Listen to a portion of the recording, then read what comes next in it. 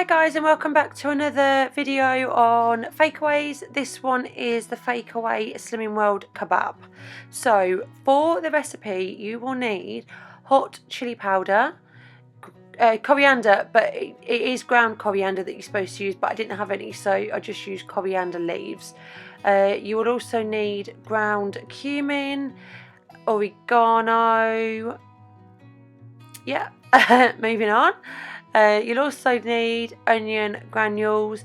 Then we used hot paprika. You can just use a normal paprika if you want, but we had the hot one in.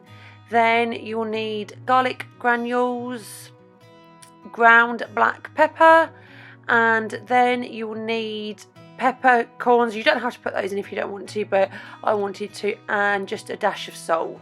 Okay, so what you need to do next is mix all the ingredients together and the mince. I will leave all of the measurements down below, and I'm using a kilogram of mince. So if you're using, say, 500 grams of mince, just half everything that is below. So when it says 2 tablespoons, just use 1 tablespoon.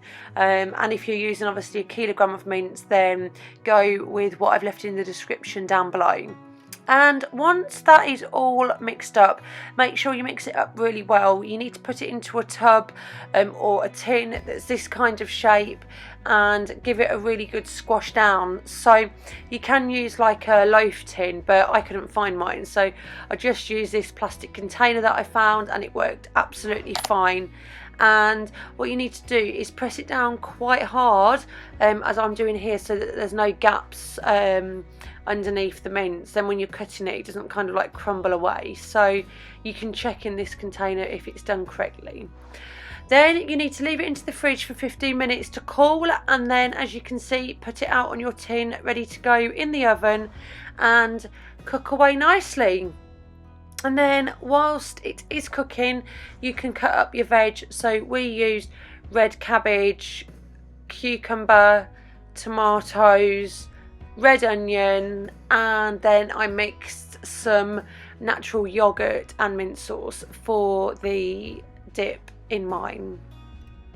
And then to make the pita breads, you use self-raising flour. Now it's really difficult for me to leave the measurements for this because just eyeball it. However, tip a bit of flour in like I have on here, and get your Greek yogurt, and you need to mix it until it's kind of like a dough consistency. So if you're not quite sure on the measurements, then put your flour in and just keep adding the Greek yogurt, mixing as I'm doing here until you get the sort of the right doughy consistency. And once it's all mixed up, you need to flour your worktop and roll it out quite thin, and wait until it's ready to go in the pan.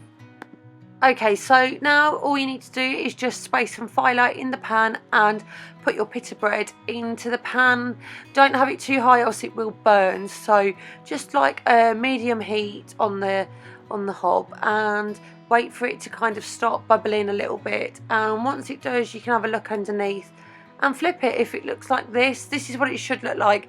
I did flip mine a couple of times back and forward just to make sure it was correct for how I wanted it. You can sort of cook it as brown or as little as you want, really.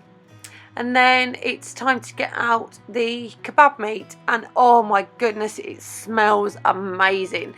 You can see all the fat that has actually drained out of it, and it would have been better to put it in the oven actually on a wire rack, but I did put it on a wire rack, as you can see here, and I let it drain for quite a while so all of the fat ran out. And oh, smells just like a kebab, and it tastes amazing.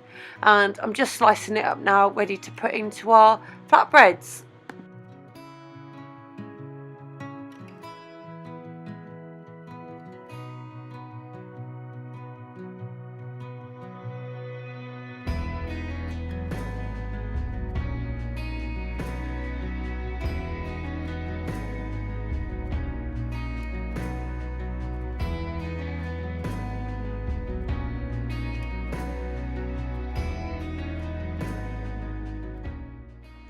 Thank you so much guys for watching, and don't forget to subscribe to my Instagram for more meal ideas, and check back on my YouTube.